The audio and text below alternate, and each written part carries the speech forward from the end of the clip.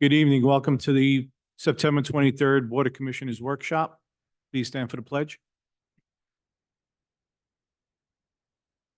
Pledge allegiance to the flag of the United States of America, and to the republic for which it stands, one nation, under God, indivisible, with liberty and justice for all. Okay, Bruce, all you. All right, thank you. Just thought we'd review a lot of project status. Renee's here with me as well. Kylene's here to talk some updates. Vince will have a couple things as well. And Brian's going to help me as I work through where we are with both some of our stormwater projects and then just our other design area things. So thought we'd start off we know we're hearing a lot of feedback from residents on the yard waste center permitting process. We're still meeting as a staff, working to get onboarded with what we're going to do at this point and how we can approach it. We have received feedback from the board about potential charges. We're looking at other ways that we may be able to accommodate. I think our biggest thing that we're dealing with as a staff to get our hands around are how many active permits truly are there for people that are using the center. Permits right now don't expire. We have 6,000 on the roster. Truly, what's the need? Do we go and run on the situation of having everybody get registered or re-registered into a yearly cycle, see who takes the time to actually get a permit, renew a permit, we confirm their residence, all of those things. So we met last week, continue to talk about how we can implement both through recreation software as well as everything from that side to hard paper copy, filled out, put in an Excel spreadsheet. So we're still working through it. Wanted the board to know that we're still trying to get some glitches out on how we can handle where we are. So we'll keep you updated. Unless there's any questions. I mean, we're thinking right now if we can continue to get the registration through the recreation software, at least that will help us with the data entry component. People would be able to do that at home. They'd be able to, kind of click on that as a program, as opposed to 2,000 to 4,000 paper copies coming through here. So, Lori. What are you thinking about costs? So we've thought to range from all the way from a suggestion we had from your end of cost per trips, where less trips are more per trip. So that like $50 for 10 or 25 for 75. We still think that that's a pretty good suggestion on where that would be. But we're also considering can we do a year of permitting just to get everybody cleaned up first, and then look at something for 26. That is going to be tight with a budget, though. We know it'll be tight on that side, but yeah. So that's where we are. We're at a $50 range, or a just get registered type permitting range at this point. So Okay. And so that doesn't get into what a trip is and all that stuff. it would if we use your recommended, $5 for the 10 trips or like $3 for the 25 trips. So it would get into that side of the trip. I think we're really in that fact finding mission of, do we just get that base and see who's actually there? And, can we then attempt to put it with fob or barcode to say, all right, I've been there 25 times in a year, as opposed to our regular user that usually stops maybe 10 or less times or 5 or less times. So I think that's the we want to make sure we're in the sweet spot for residents that are using that as they, have to on a normal basis. So. Because, yeah, last time I went, I followed a U-Haul panel truck that Sure. was filled completely with stuff. Which is a good size load. Yeah, and I think that's the other thing too. We're looking at how do we maybe, and it's not part of this project, but we're already working with, roads crew chief who actually oversees the components of the Yardway Center, including the staffing. Do we look at just some potential hour shifts as well to potentially get us some cost savings where, do we really need to be open at 8 o'clock at night when it gets dark at like 7:30 right now? Do we go, and I've asked them to start tagging trips to see where we are after 5, most people come during our business hours, which is great. Are we having an extension of hours that we might not really need? So, even so much as of that part of the operation, um, working to make sure we're where we should be. So Okay. Yeah, I think that, personally, yeah, as a homeowner resident, you're probably not coming here during the week. Chances are you're gonna be a weekend warrior for your yard work. So I mean, yeah, I mean, maybe some evenings, but I don't know. I think most people when don't work and don't want to start working on the yard late at night, later in the day. But I could be wrong. yeah. But then there are returns. There are, but well, ask you then, do you think that does the community center warrant the hours for the purpose of retirees during the week? You know what I mean? Like, I'm not saying that they don't go there, but if they're retired, they can go anytime. So it's not like they're stuck to, certain day of the week. I'm just saying. Unless they're golfing or Yeah. have to make sure that they No, I travel. I think it would be good to somehow keep track of the number of what the actual flow of trips is and Yeah. make, making some judgments. And having a way too of, marking those vehicles where we've always issued the paper permit as well. And you can take that paper permit where we've said, okay, well, maybe I need that because I'm renting a truck. We see people occasionally rent something to bring things in. Sure. So how do we kind of link that back where that pass doesn't go everywhere to everyone, but then at the still same time, yeah, how do you accommodate that additional waste that someone might be bringing in at that time, So, um, it's definitely something I don't want to say we're struggling, but we want to make sure we're putting enough, thought and effort into this whole process. We know how busy that is over there. So, and it's like, I guess we've even had those conversations. Uh, Once we make people actually go through the process of registering, even if it's for free, registering for your permit and renewing it, are we going to lose trips off the bat because maybe there aren't residents anymore that are using that? The right away that's gonna drop that demand a little bit. Have So we, Now you have to. you have to register now, but your permit never expires. So we've had people, since we started the registry that, you have your sticker plus your paper permit, you're on the list. So did we ever, I think we talked about it when, especially during the whole, um, trash conversations. Did we ever do a questionnaire regarding people that actually utilized the, um, recycling center? we didn't slide one out. I mean, I still think that's a good idea. We had asked some questions to when we were working on our, greenhouse gas inventory, and that's part of that review. On that survey, we had asked people about yard waste and if they use the center.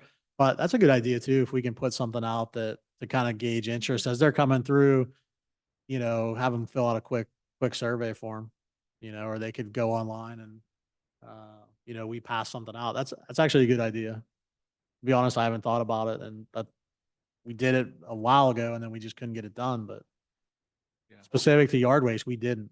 That's a good idea to get feedback. Yeah. Anything else on the, yard waste center? Buddy? Yeah, I have a question. So if we do change the permitting for it. Are the yard waste employees willing and able to enforce it? Are they prepared for that? Yeah, so that's the thing that we want to make sure of too. If we use technology and we're appropriately using certain technology, they do that now. They will turn people without passes away and things of that nature, and they do regulate what's uh, uh, that operation. But we're worried. Well, not worried, but we always have those concerns of, how do we handle people that might not have their card with them, or how do we handle people if one of our attendants has to go into the yard. Um, they're watching somebody or somebody needs help about what they're supposed to put where. And then people come in past and don't check in. And we look at, will we get everything? Probably not. Will we get a majority that goes through? And with that, technology is easy enough to, we scan a barcode or we look at the sticker on the windshield that has that barcode. Hopefully that's more helpful than the information that we have now. They will just put a tick or a score down to keep track of number of trips. That's how we know how many are in there. But that might be easier. We don't want to overwhelm it. We've talked about, hey, even can you put an automatic parking gate in there? You pull that up on your phone, in you go, and then we talked to another municipality. This was probably last year, and they said having the gate was the worst thing we ever did because people were in line. The gate didn't work. The attendants, by the time they got over there, like override it. Like people couldn't back up because they weren't members, and it was a disaster. So that has crossed our mind as well. So Uh, Okay, and part of the solution can be when we migrate from the current location to the new location, and maybe doing a license plate reader would be would at least get 90% of the stuff, and then you'd have 10% that you would have, that people would have to deal with. yeah, we would definitely know what was in there. And the other part of that, if we can make that move in the future, that cuts you down on the hauling and the cost of hauling that goes, the Mondays, Tuesdays here when we're hauling grass all day with 2 employees. We're running fuel plus labor. So getting out to that site is going to help us cut costs a little bit on that material handling that people probably don't see or realize. So and getting a way to secure things out there plus some technology as people would come through. Um, yeah, yeah, those are all positives on that side of it. Anything else on this? Thank you. Mm. So Brian will help me with this next one. Just wanted to give the board kind of status on where we are. I know Kratzer Farm on the parking area. We budgeted this year for some design to get the like 2 to 3 parking spots near the barn, and then over the pathway over to the pond that's there for potential fishing pier. Just on the design and where we are with permitting and things of that nature, I want to let the board know. I think we're going to be probably close to. We budgeted 35,000 for us to keep going. We're probably going to be around 80 to 90,000 because we have some logistics with where that's located, the driveway in from the PennDOT road. Would have to be widened a little bit from its current size, but all that work is in the floodplain, so it's regulated on that side of it. So I didn't want to put Brian in a spot where he's come back with some numbers or some projections, uh, and not at least get the board up to speed with where that is in case you wonder or have an issue as we kind of proceed forward. Why are you spending all this money on design and permitting and everything with that? And to just make sure you were comfortable. We've heard, as a staff that the priority is to start moving at Kratzer. People may or may not have recognized. We've laid out pathway there right now, grass pathway. So Public Works, Parks and Facilities has been rock hounding that pathway. They're going to get a plant in here before winter, so we can hopefully get that grassway established. So it'll be kind of like a Camp Olympic cross-country trail that we have out there. So that would be the base part, but we know the parking and getting people into that facility is important. So, um, just wanted to see maybe some thoughts or, concerns, but getting through that permitting process might be a little more extensive than what I was predicting, at least. Yeah, and just to piggyback on what Bruce is saying, we have a very thorough uh, spreadsheet of the different design components and permitting and whatnot. And, honestly, I don't think we expected the budget number for the design to come out as high as it did. But as Bruce correctly points out, and just to clarify, we're working everything right now off what's on the master plan, which basically shows using the existing driveway to go down, having a fishing pier, and then a couple of parking spaces built. And as simple as it sounds, everything is in the floodplain.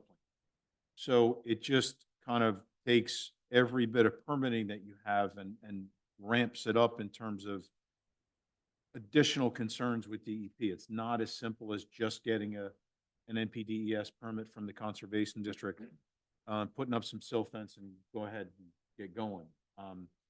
It's because of the floodplain work, because of the fact that the driveway is just, right now, just a regular driveway. I'm going to guess it's probably 10 to 12 feet wide. We felt that since it will become a township facility, you really kind of want to allow for two-way traffic. So the thought is we'd have at least 20 feet in width. Again, doing that in and of itself isn't that difficult. It's just that the cut and the fill that we would need to have a reasonable driveway at a good width in the floodplain just takes things to a whole nother level. So what we basically said to Bruce is we can still proceed with the design, but I didn't want to have our folks go hard on this, knowing that the design number was way higher than what we would have expected before. Not to say that we didn't look at it before, but now that we looked at it in more detail, it's like, yeah, this is not going to be as straightforward as I think everybody expects. So it still can be done, but like anything in construction and engineering, you can do whatever you want. It just might cost a whole lot more to get to that point. Yeah, and I think for me, does that shift some of the board's priorities for that park, knowing we have the master plan to other elements, whether that be, the focus on pathway, pathway to the pond from up in the neighborhood, parking off Bogey. There's a lot of things in that plan where, as we build this out, and I kind of told Brian, all right, well, the master plan has the parking by the pond anyway. So whether we design it now or we design it in 3 or 4 years, it seems like an element to have those couple spaces that's still a good priority. So it's not like we're designing something that hasn't seemed like we've gotten good feedback on. So, do you want to have that maybe a little more design labor in that side of it? Or are you looking potentially, like I said, to get people in the park, have part of the pathway go as a priority instead of that, and know that other piece is in there. So, a lot of pieces in that master plan, and, a lot of ways to go. So. Well, okay, for, okay, originally that was intended to be a handicap parking thing. And if we are only talking about 2 or 3 places, I don't see why we would need to widen it to 22 feet for 2 or 3 cars. Well, the width, it's not, understanding that it's only 2 or 3 cars, we're not expecting that you're going to get a whole lot of traffic, but it's a fairly long stretch and it's only wide enough right now for 1 car. So, you could put in a bump out for somebody to pull over or something. Those are things that could be considered, But- for sure. But, what would, okay, so it would be interesting to see what the alternative price would be for coming in from Bogey to get to the pond.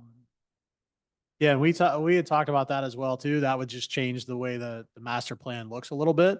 But coming from Bogey and down the one side of the swell to get there. Um, Well, the master plan for that park, I don't think is really practical for anyway. I mean, and we've already deviated from it of putting in some grass paths rather than macadam paths and, well, not to interrupt you, but I think on that part, like we wanted to make sure we were getting and laying the groundwork for potential macadam pathways though, but having that grass path to get people into the park and kind of see it, that we were looking at areas, seeing if they would like where the trail location potentially was, so that we could at least have a foundation for a longer term goal of getting but, those paths in. so I would view the Kratzer plan as a guideline at most. And that,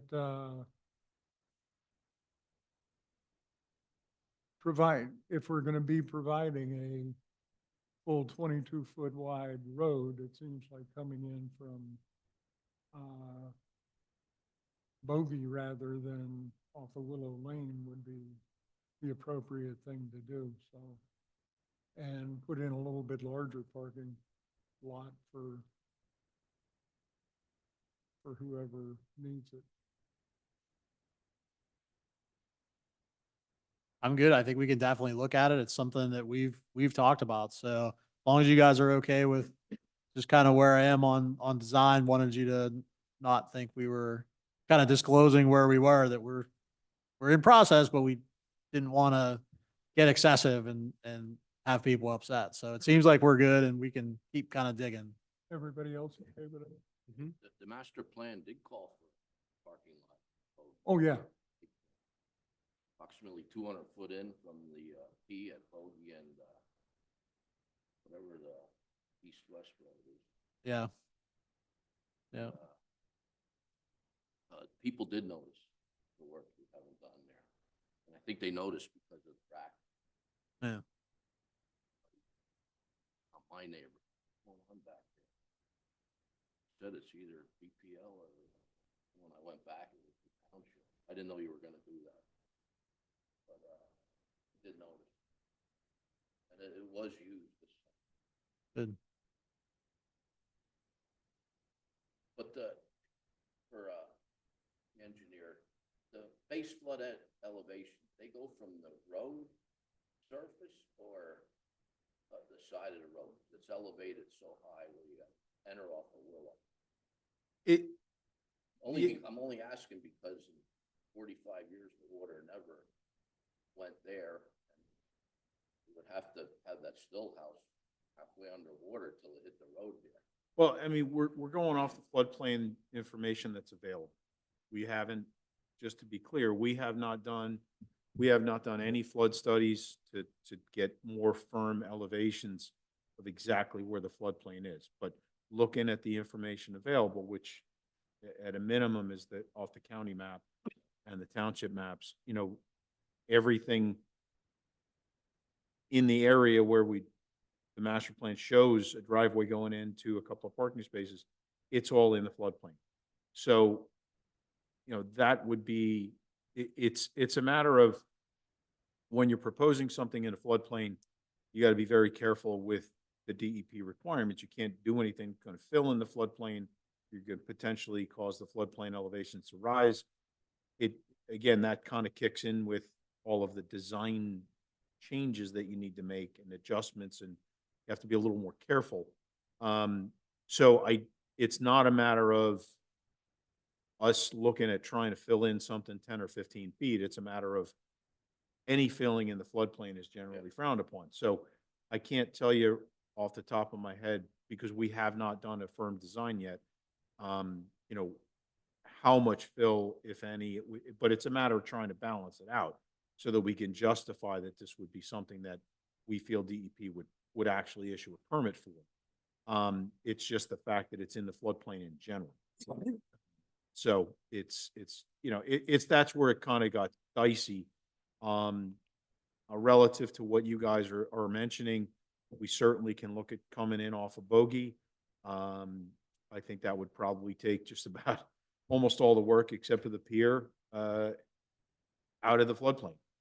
So that by itself, I think would be beneficial in terms of cost, but because I think it would dramatically reduce the amount of, I'll call it office work that needs to be done to satisfy DEP.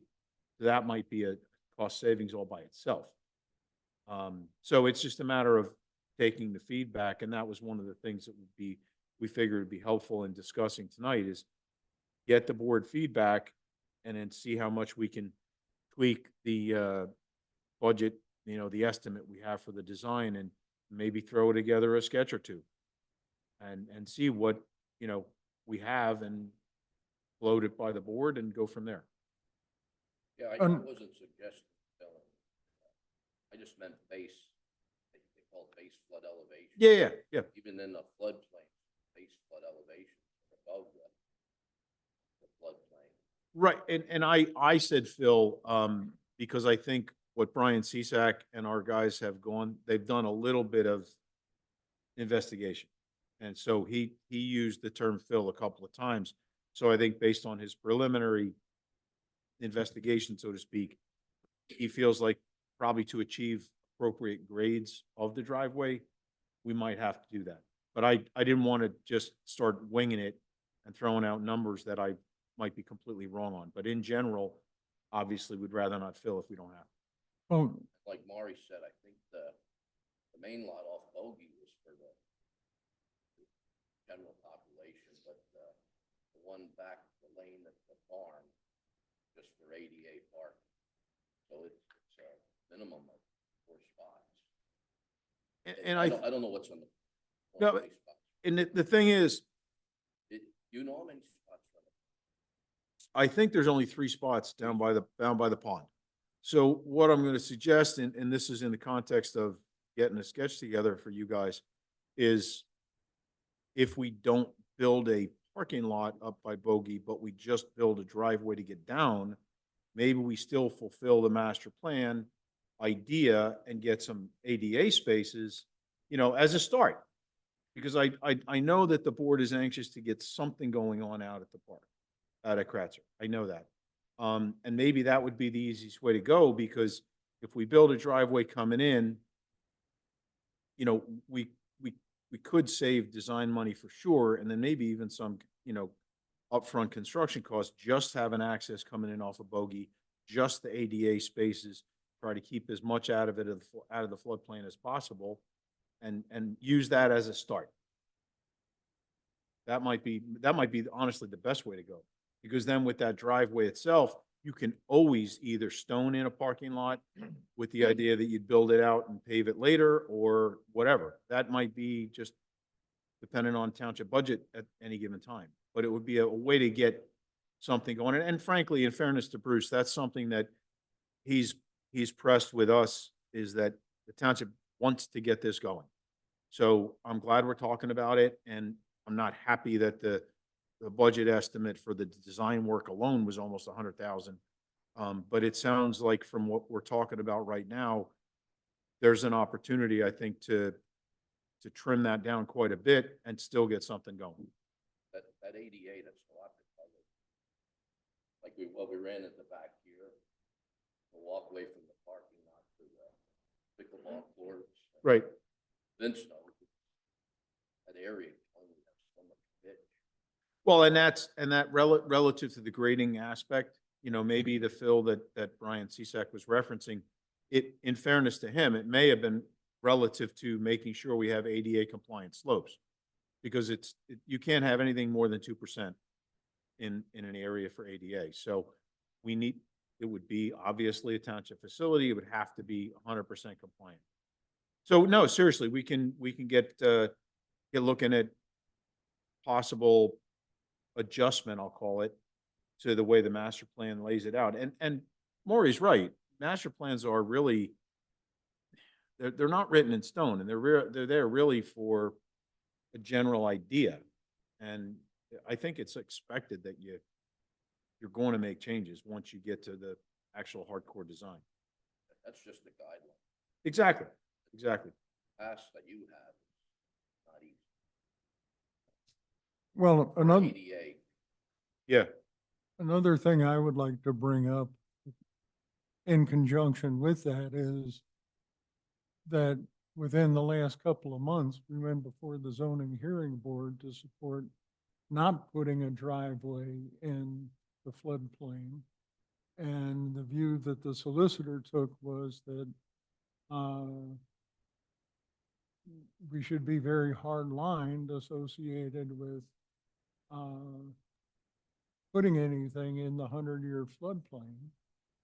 And so it would be rather disingenuous on our part if we went back in and said we want a variance to be able to improve a driveway in the floodplain. it's existing one, that's the difference. Well, it is. They wanted to Maury, It if is I might, existing. Maury, if I might, I mean, there was a big change, as you know, last fall with respect to the 500-year floodplain. Our prior director of planning, Nate Jones, felt very strongly about it. And what we've done since that was adopted by you is to bring the cases that are in the floodplain to you, and you decide which ones you oppose and which ones you do not. I think to date, and Vince can correct me, we've opposed one, and the rest we have not. And I recommend that you just take them on a case-by-case basis. I don't necessarily see it as a conflict.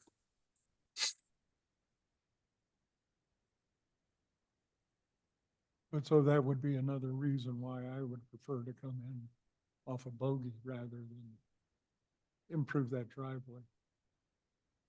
okay. Yeah, we can get some, we can get a sketch together.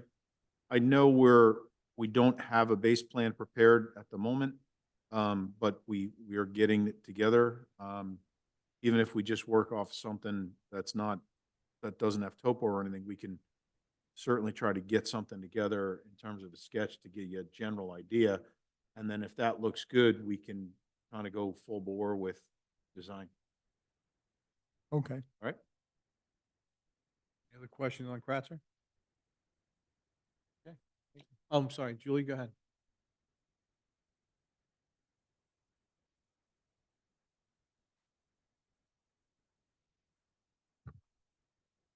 Okay, so I know we're all very concerned Could you about, pull the mic down? and I'm going to tell you all to do the same thing. 'Cause I'm not hearing a lot of you in full, I don't think. In being concerned about cost and the fact that this is in the floodplain that we're talking about, what about the pathway itself? Is that in floodplain also? And I know there's this big deal now about getting the parking in. You want to get the parking in before the path goes in or before anything else goes in? I'm trying to figure out why the parking is such a push up front. The concept is, the concept that we've been looking at as a staff is, one of the components of first establishing this, this area is the accessibility of those with disabilities. So those individuals that may have to make it to an eventual path, they may have to make it to, one of the components, which would still be kind of in the flood area right around the pond, is a fishing pier that's handicapped accessible. So currently, none of those things exist. So if we're going to create a feature for the general public to use, we've been looking for how do you appropriately accommodate those that may have those special limitations. And currently, no designated parking exists. There is some on-street parking on the side street, as Ron said, I forget the name, between Bogey and into the neighborhood. However, you lack the ADA accessible features. So once we start to improve things or put a pathway in or put a playground that's on the master plan or put that fishing component in, we need that accessibility. So- So So basically ADA compliance has to take precedent over actually installing our features. So when we put them in, immediately there's compliance? Is that- So you want to have your accessibility to those features, so they kind of go hand in hand. They are tandem. So if you're going to put a feature, we need to make sure that they have that base part. So you can't put a pathway and have a paved pathway and have individuals that aren't able to get there, right? The code requires, and Vince can talk to you about the code, but the code requires that you at least provide an access point to those areas. The answer is yes, then. Yes. Yes. Thank you. Yeah, so Julie, just to Um, clarify, Yes, but then, go ahead, Vince. if there were another access, Mhm. parking that had handicap access that the trail connected to somewhere else, That'd that's be a all different right. story, but we're installing the path. So along with that, if you're offering that recreation, now we have to offer that Right. accessibility. Oh, part I of it. understand that. Yeah. And gotcha. just to answer your question about the bike path and the rate, so our flood hazard overlay district allows bike paths or paths, walkways in a regulated floodplain area. And is the path difference between a road the difference between 6 and 8 feet? Or does it has to do with how it's built or both? Bike paths and walkways, what are, Okay, so there's nothing more specific. Gotcha. so it says a new construction of non-commercial recreation areas shall be permitted, and then those are Gotcha. two of those items, so I Gotcha. think that's my. And it's been a long time since I've seen that map. So the parking lot that we're talking about putting in there's not close enough, it is not located close enough that there could be some type of access to the fishing area from the parking lot. Is that? I'm trying to figure out The where this- purpose of the parking lot is to have that direct access to the fishing pier, as that has to be accessible, Mhm, to yeah. those with disabilities. So, you want to make sure that we locate that if we're able to, as closely as part of that corridor pathway for those to access the feature of the site. So, these 3 to 4 spots are near the barn, uh, making sure that we can get the appropriate grade and side slope to get from that area to the feature, if that Yeah, makes sense. I just couldn't recall the proximity of the parking lot to go in to the fishing area. And that was Near the barn. enough or Yeah. The parking spaces that, we were originally talking about, the 3 spaces, are right next to the barn, which is close to the pond. I know that, but the parking lot, how far is it? So the parking lot would be a big hike for ADA compliance to It be able would- to get, it I'm trying would to be- figure out, Yes, if sir. we're putting in 2 separate areas. Part of my concern also is the fact that those spaces also, are going to interrupt the house there, which I think is still rented out. Oh. That's going to be an issue for them at some point. Also, if you start putting in parking there, I'm concerned about liability for the township and for Rising River, quite honestly. If people decide, oh, their lot's full, I'm going to just park in there and then walk across the Willow Road, and there's some kind of an accident, then we're kind of in a bad way too. So that's why I'm trying to figure out why parking has to be in 2 places, why it can't all be off of the lot. So, But- but apparently y'all are thinking We're- about that, so. I think the 3 initials. Accessibility. Commissioner, would you talk? ADA, that's, you have to, you're gonna build a pier, you have to have it accessible to people with disability. I understand And that. the parking lot that can hold, whatever it is, 40, 50 cars, I think that's probably 300, 400, 500 foot away from the pier. Yeah, Renee's loading up here. We're a little slow here, so we could show you the photo of the actual master plan that has the map layout. Oh, well. I should have had this up while we were talking, but she's gonna grab the image off the website. Yeah, and I think, as you look at the other components of, so as you look at the other components of where that upper lawn is located, so what we're talking about is this component of parking is located close to the accessible pier area. We still think would have to be, at least on the last component Brian and I looked at, we'd have to be in this area to be able to make our appropriate grades. The parking lot off of Bogey is more towards the top component, in two spots, one near the current garden patches, one a little further down that's also supposed to give you your accessibility features, right, to proposed bathroom. And then there's a proposed children's playground in here if that eventually comes. So there is significant distance as well as changes in grade to get where we would need to be along that pond and that accessibility. Look Right. at this. I can in this. We would have to look it up. I cannot, but But yeah, we ought to consider changing the configuration here. And so what would be the logical place to put the parking for access to the pond? Because there's not really anything else in that yellow area. Right? And so it would be pretty much open for use. yeah, and currently this is maintained farmed open space at this point, as well as the other side. But correct, if you were able to modify certain features for that parking, right, we're still supposed to get you near to the stream area for that part of the process into the pond, and further down on these trail areas. So what we thought about is potentially a shift into the drive entrance, come in this direction, maybe feed those couple parking spaces on this side Yeah. to get that laid out. So yeah, your parking up here, Julie, I just don't think would be able to get in the position that we need to be. There's a natural swell.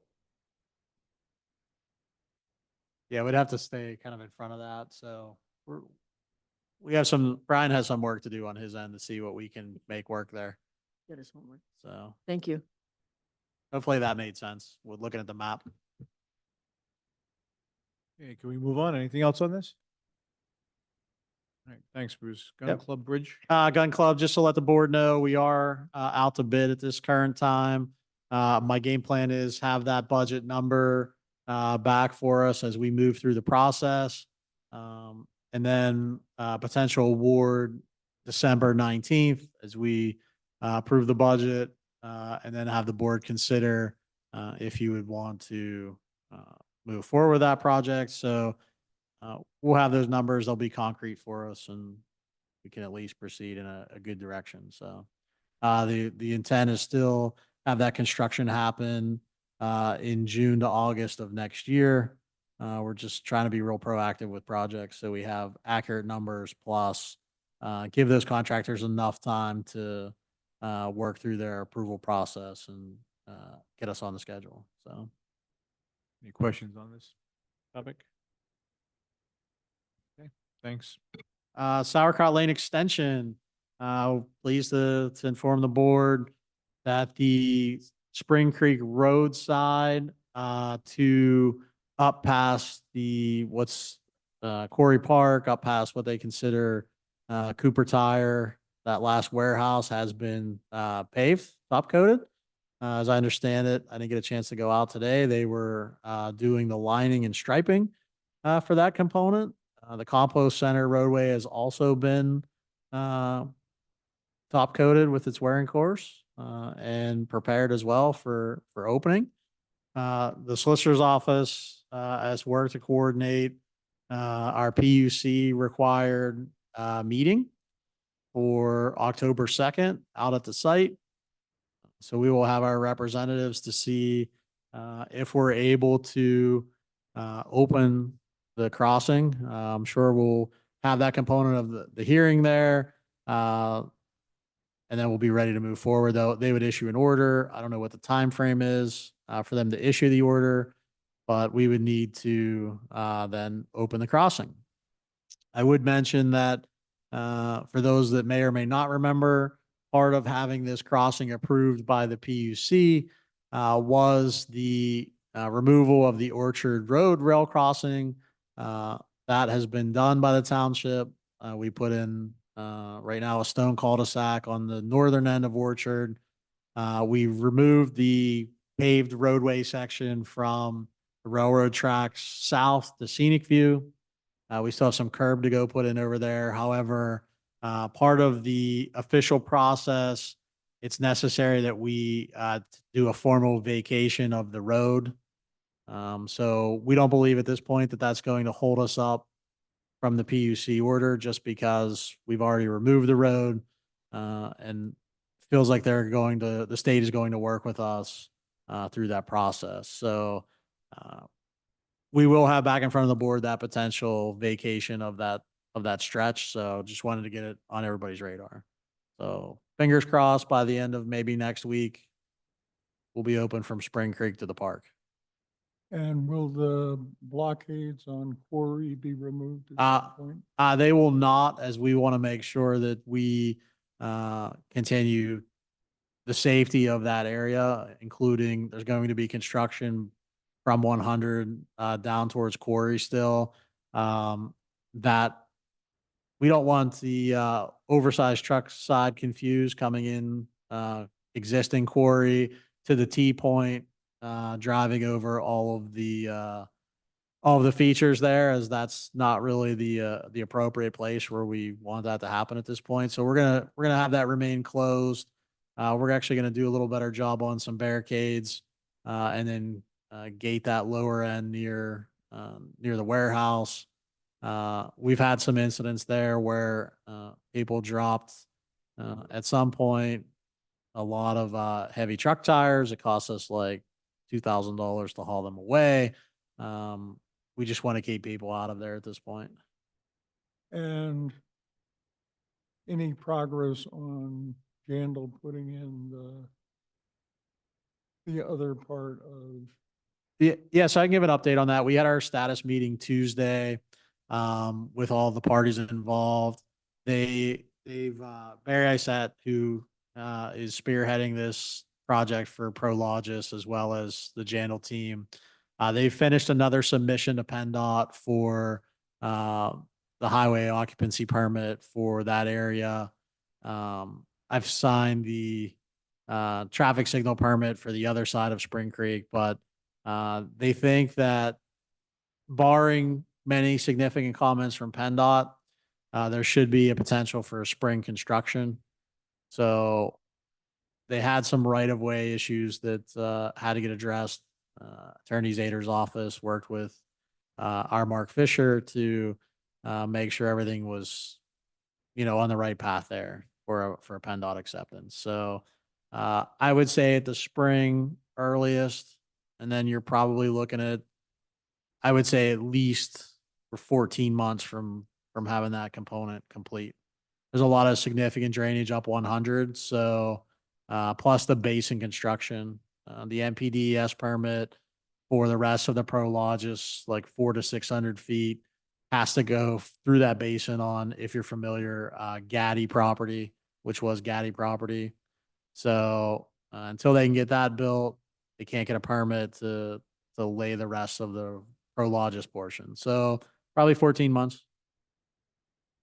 However, there is progress. We're happy that the first PennDOT submission came back with some comments, but it seems like that team is meeting their goal to keep pushing that side of it.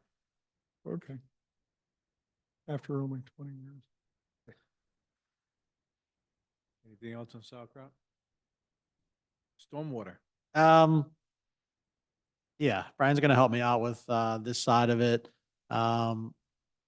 You may remember Brian Cisak came before the board to give you a review of what we've looked at with our underground infrastructure, working on that game plan. We've prioritized now those old metal pipes that A, need replaced, priority, B, can be lined, priority, and need lined, C, in decent shape, D, have a little bit of lifespan in them. Just wanted to kind of give the board an update that we are still working on that component. We've identified, and actually Brian's team has identified, we think about $500,000 worth of priority pipe that can't be lined, has to be replaced. We have the spreadsheets. We're preparing a bid to go out to see what those costs are going to be for the budget for next year. We also have another probably 500,000 in high priority ability to be lined pipe. And that's been kind of classified on that side. So we're breaking those numbers down. If the board needs additional information, by all means, we're going to try to have some maps as we're working through those and just show everybody where the areas that we've identified and looked at. So I don't know if I missed anything on your end, Brian. No, you didn't, Bruce. Certainly, we're in a position to have the bid specs for the replacement portion of the contract out on Penn Bid on Wednesday. Certainly can get the map of the different locations to the board. And as had been discussed, the relining work can be done by co-stars or through co-stars. So we don't have to go out to bid on that. And the idea is exactly what had been discussed at a recent workshop, get some bid numbers together for the township, so we know what to actually set aside for 2025 for this work. And this is just the pipe. It does not include culverts, right? That does not include, I'm sorry, what? Culverts. The catch basins in there? A culvert, correct. So culvert, we consider, there are some of the smaller ones. I consider those cross pipe, but no culverts of significance. Those are more, we've identified them. However, they're a lot more significant than dig and replace or, as opposed to bridge or like Ash Lane, which technically, is a little larger than that side of it. So. Okay. We're gonna work out with a bid though, and we will have those numbers, just so, we're on the right path, so. Good. Okay. Lighting. Yeah, the sports lighting projects are, ongoing. Hills of Lockridge, we received word that, that work is actually fairly soon prepared to start. The electricians, they didn't make it out today, but they were supposed to start in the building to get that electrical started on that side. So we should see, in the next 2 weeks, we should see some poles out there. The pickleball courts, we have to take to the zoning hearing board tomorrow evening. We're gonna ask for some relief for the height of the poles back here. Our ordinance calls for 20-foot high. We need to go to 40 to make sure we don't have any spillover, just like we did at the Hills of Lockridge. So they're looking to make that component so that they can get the driller out to drill those poles all at the same time, kind of, and have them shipped from the factory at the same component. So should be in a good spot with those two. Quarry Park, of course, as we discussed with the board, was significantly over budget. We were around 700,000. I had budgeted like 250, 300. So that project was on hold for this year. We're looking to include that in the budget for next year, so that can be complete. So we're moving along on those projects. Any questions? Okay, and the price for the Hills of Lockridge and the pickleball courts, it's like 450,000 combined, something like that. Yeah, we're on budget. I think the Hills of Lockridge, I have the number. I think it's 207, and my capital projects up. 207, 616 for the Hills. And then the pickleball was actually sub 200. We're at like 175, 366. But we're gonna have an additional lot or a pole in the parking lot potentially. to light that area. So we're gonna be around 195. So we're on budget on both projects. Okay. Okay, playgrounds. Take playgrounds, Colleen? Talk, or do you want me to take playgrounds? Microphone, but. All right, so Farmington Playground, they poured the concrete this morning and pulled the forms off later today. They're expecting to start the pour and play safety surfacing towards the end of the work week. And once the pour in place is complete, we'll finalize the permit and have a grand opening. So we're very close on Farmington. Spring Ridge, they laid all the stone subbase and they are ready to also do the pour in place safety surfacing, and that should start at the end of this week as well, pending the weather. And a little bit more labor intensive over at Spring Ridge because it's a larger area, but that should be done probably by end of next week, pending the permit, and we'll also have another grand opening. So back-to-back grand openings. Question? Thank you.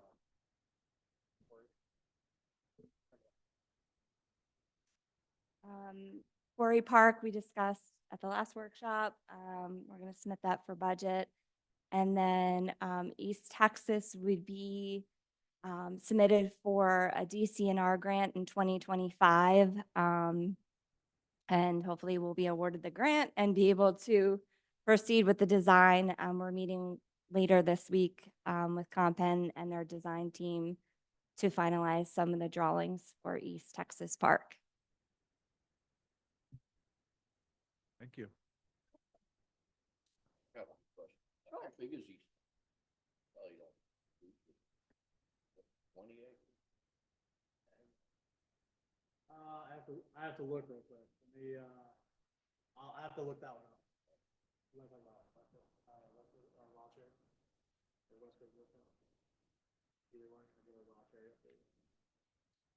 As far as Wild Cherry, they are striping the tennis courts. And that project should be wrapping up by the end of the month as well, weather pending also. Because you can't stripe tennis courts in the rain. So all projects are really weather pending at this point in time, so pray for sun. Yeah, and I think we, just a note for the board and the public, you'll notice that. I think your mic is off. No, sorry, I just wasn't sitting next to it. Okay, just for the- thank you. Just for the board and the public, you'll notice that the pathway actually has been paved out there, past the outer ball field, as well as the ADA spots, and accessible features, both to the basketball court, tennis court, and the baseball field dugouts have been installed and complete. So we're waiting on fence, that last component of fence, and then the painting, and that project will be done. It was on budget, actually under budget for what we had in it. So we completed that additional pathway. So moving along on that. And the East Texas Park is 9.169 acres, Renee's showing me. Thank you, Renee. Okay, I got a little confused. There's a West Coastville tennis courts here. But you mentioned. I did. I Wild talked Wild Cherry. Now I'm going to talk West Coastville. Huh? I talked Wild Cherry. Now I'm going to talk West Coastville just because we were talking parks and projects on that side. So, So the tennis courts that are being improved are in West Coastville? they are in Wild Cherry. The thing that you see on your list next is West Coastville's tennis court. We're preparing a plan for next year to include in the budget to resurface those courts as well and make improvements. So the board's going to see that fairly soon. That's our next group. That will give us on our update plan. That gives us Wild Cherry complete, West Coastville 2025, East Texas. We're going to probably recommend potentially that court comes out just because of the roots that are lifting it over there. And then we'll have Rodale that's been done right before I got here. And then Hills of Lockridge, which are good to go at this point, and we'll have lights installed. So we're working through our tennis court process. And, we're continuing to try to improve those areas.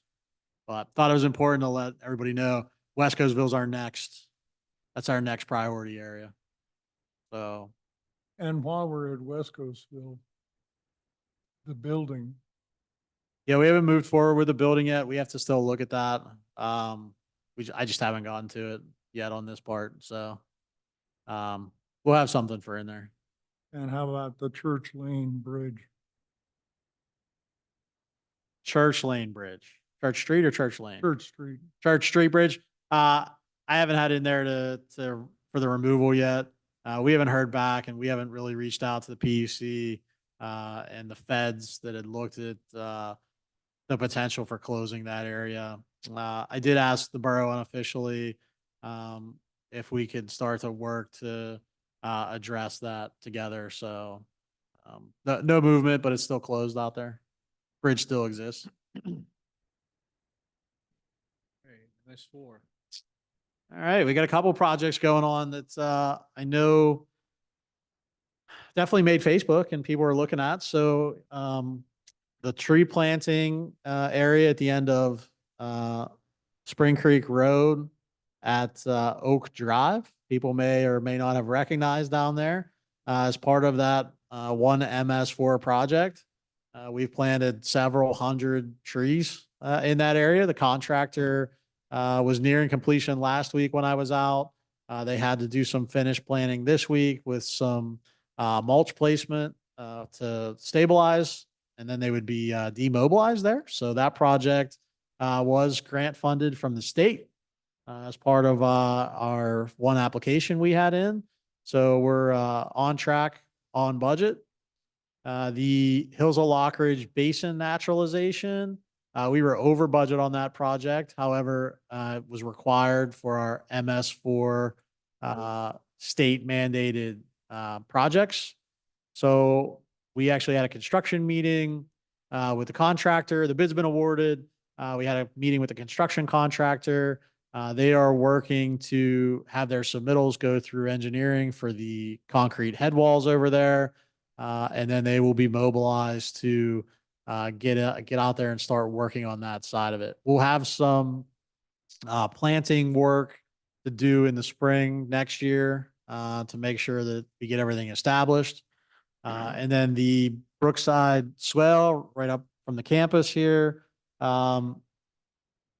You may or may not see it over here. It's been brushed out. The same contractor that has Hills of Lockridge is completing that work. They were bundled together. That includes not moving that channel, but excavating in that channel to redefine it, as well as putting in some riprap at the outfall of that pipe.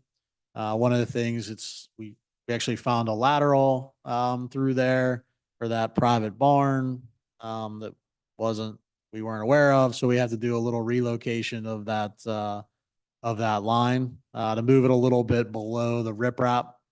So we're coordinating that side of it. And then that project should be done here by the end of October. So we're making progress on the MS4 items that will get all of our permit required features done. We'll be in the spring of next year. That's when our permit renews and expires. We had to have them done. So we're going to be right in that time frame of completion. So we're in good shape with those. The MS4 permitting I actually saw was submitted today to the DEP portal. So thanks to Zach in our office, as well as Mary Stover and Brian for coordinating this time.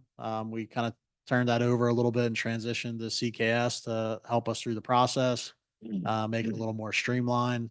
And we're good to go. We met our submission deadline, which was the end of the month, and we're in a good spot. So that's where we're on MS4 projects and permitting. Thank you. Elevator. Yeah, township building elevator, we're still working through that. At this point, I don't think that project is going to be completed by the end of the year. We've had some issues with coordination between, and this isn't a CCAS project. We have another facility engineer that looks at facility things.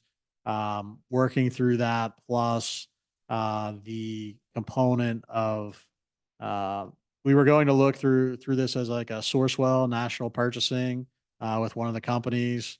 We were moving forward, and then the representative left for that company. So now we're kind of like we're treading water here on this thing. So I don't think that we're going to make our deadline here. So we're pushing our facility design group to finish the full spec now, since we can't go with the joint purchasing or the national purchasing unless they get back and find a rep that can get to us and be responsive. And that's where we are. So not success on the elevator on my side. So we'll be hopeful to keep it on the list and move forward with it. So Okay, Smith Lane Bridge? yeah, Brian's group's working through, if you remember in our long-term bridge plan, the next areas we're focusing on after, Gun Club, we have Smith Lane, as well as then Ash Lane. We budgeted money for design for those structures this year. They're working through the process, on Smith right now. That's our higher priority than Ash. We're also looking at alternatives there. Since that's such a non-frequented roadway, we have one resident up there, and then our parking area for our trail path network. It's also the emergency exit and entrance for the back of the warehouse, Cogden Hillside. So we're making sure that we'll have an appropriate design, but we may change it up from our standard concrete area. So we feel like we're in a good place on that one. I see that as 2026 potential replacement. Ash as a 2027 potential replacement. And we're moving along. I think we'll have those kind of design ready, so we can execute in each of those years, and now we're in a good spot where we won't have to sit and spend time design. We'll be ready to pull those plans out and move forward. So bridges are looking good. And then after that point, we'll have to look eventually down at the bend here on Sauerkraut. And that'll be more of a long-term project. And then we'll be in a good spot with all of our bridges. So Traffic signal.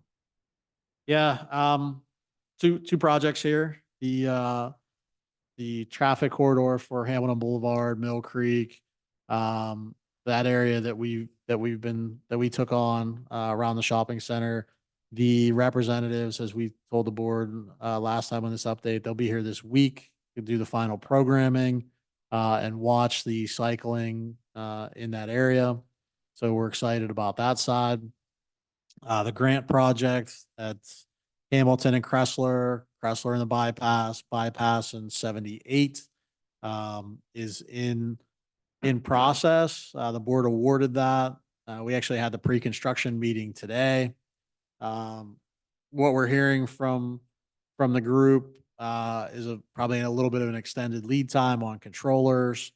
So we're hoping to have controllers to be installed by the end of this year. And then there'll be the programming issue where they do the setup like they are now. They would come out to the area, do the programming and setup and implement that. I think that's going to be early in the first quarter of 25. So those projects are moving along. At least the one will be complete on the master corridor. So Okay, and park signage. Save the best for last. Oh, Vince is the best for last. Wow. All right. Still right.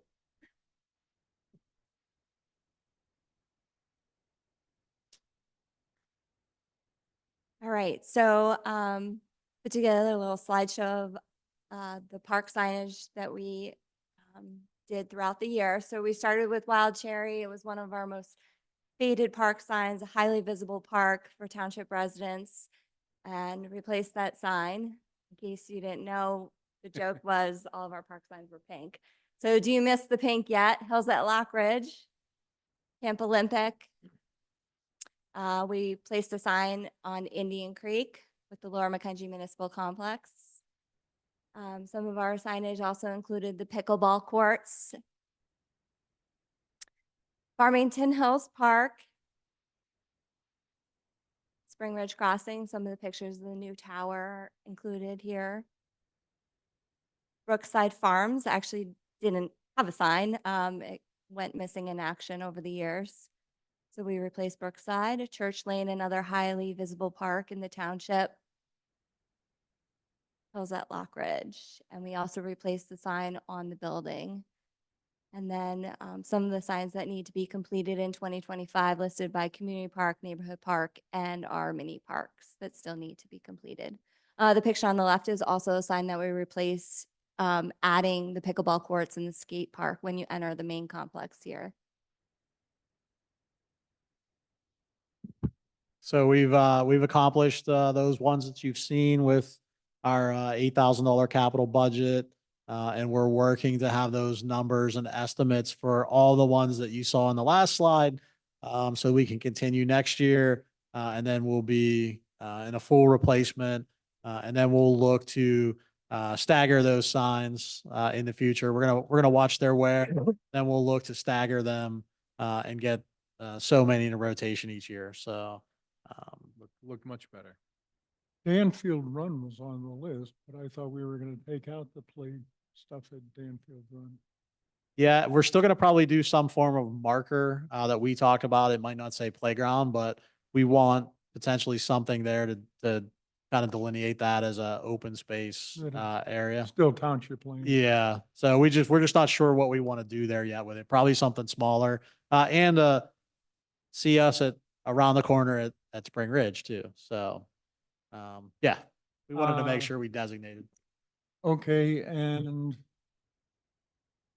the pedestrian crossing at Brookside and Prince. Pedestrian crosswalk, still in process. Talked to Brian Cisak about it. He is working to see where we can go with that, and so we're looking to have that in. So he's aware that it's a priority.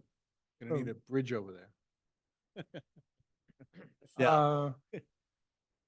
But originally it was State road. planned to have that in before removing the play structures at Winding Brook. Yeah, and unfortunately, those structures in Winding Brook were falling apart and unsafe, so we had to take them out so no one kind of got hurt over there. So they were removed on that side of it before that got in.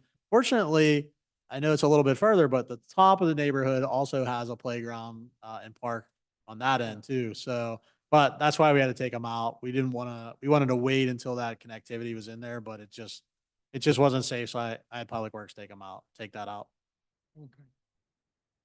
But so money is budgeted for it? And We're working to see what that pricing is going to be, and hopefully PennDOT will allow us to have that crossing there on what that looks like. So they dictate.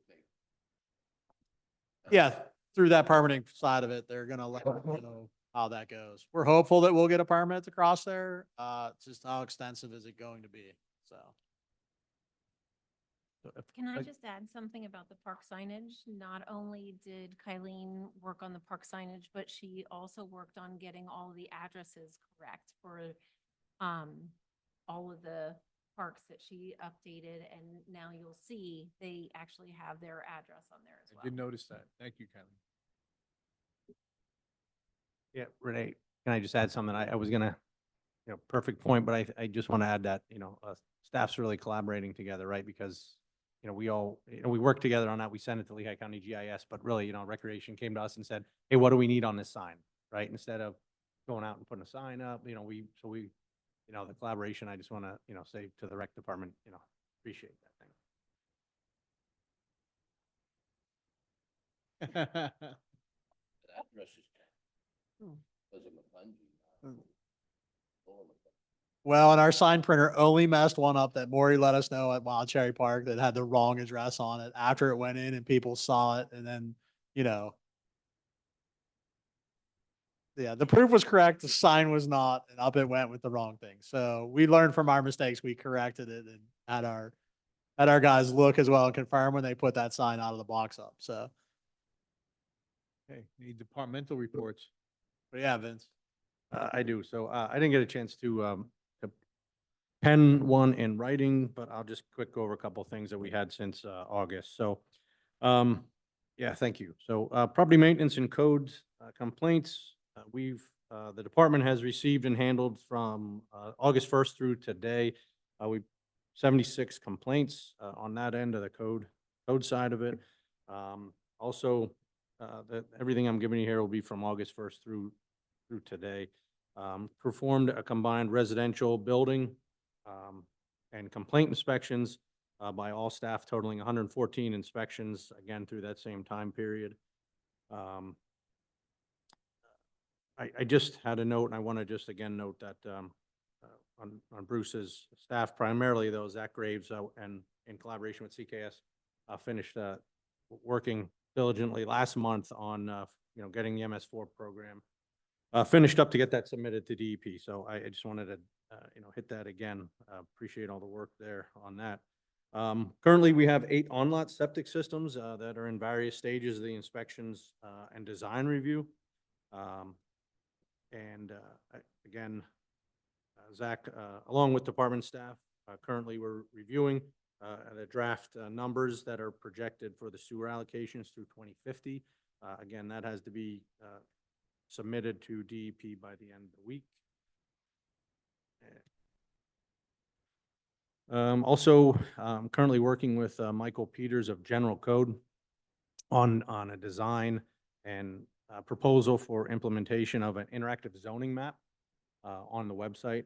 So that's going to be good for residents, property owners, realtors, developers, who can hopefully get a little more, find out more about the property parcels, gives address, zoning information, accessory uses, that kind of stuff. So more interactive online. So we're going to be working through that hopefully to the end of the year. Hopefully we can get that implemented in 25 first quarter. So issuance of permits again through August 1st through this week, 66 residential, 23 commercial, 37 zoning.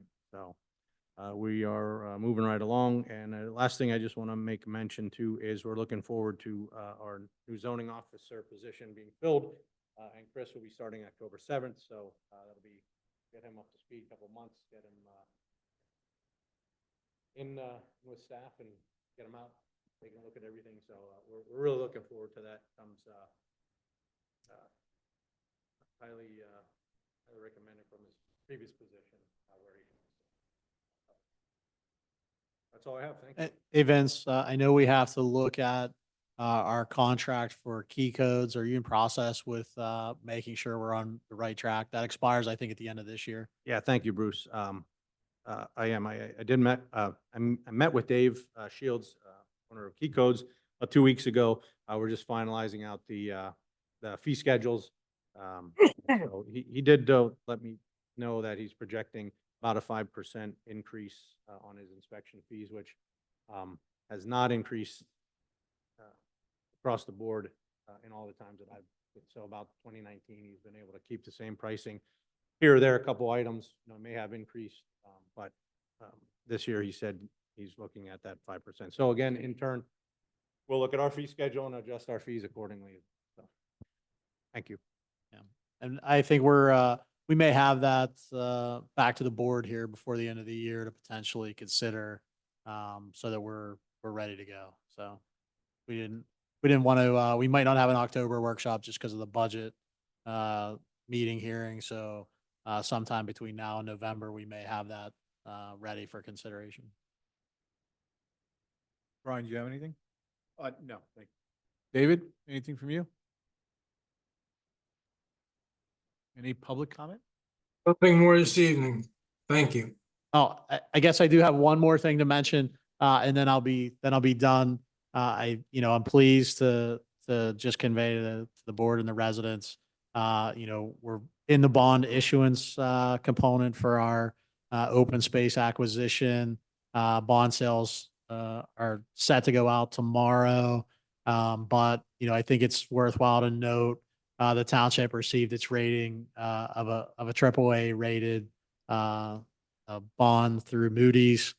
We appreciate everyone's help, as well as, when you go through and if you order the report, the diligence of the Board of Commissioners is noted, and your, attention to governance, both on the financial component, that's been identified by all of the work that you've done, to put us, in the position that we are in to receive that. So, for me, that says a lot about, how this board, goes about its business, how we look at things financially, and how you've proactively kind of set the example for, fiscal responsibility for where things are. So, for me, I can't say enough about, how that trickles down to the rest of our operation, and, for others to see that rating, and know where we are. So, just want to make sure that we put that out there. And, of course, that goes to, how we look at when we issue debt. That drives the rates that we, must pay to borrow that money. So, that trickles down through the entire process. And it's, like I said, it's something that the board should, be proud of the situation that we're in at this point. So, it says a lot for this township. Agreed, yeah, and it is an awesome, accomplishment for the township. And while we appreciate you saying, due to our due diligence, we have to also pass it along to you and the entire staff for doing what you guys do every day. So it's an accomplishment for the township as a whole. So we appreciate that. I don't know if anybody else, any other comments before we adjourn? Nope. Okay, it is 7:22. We are adjourned.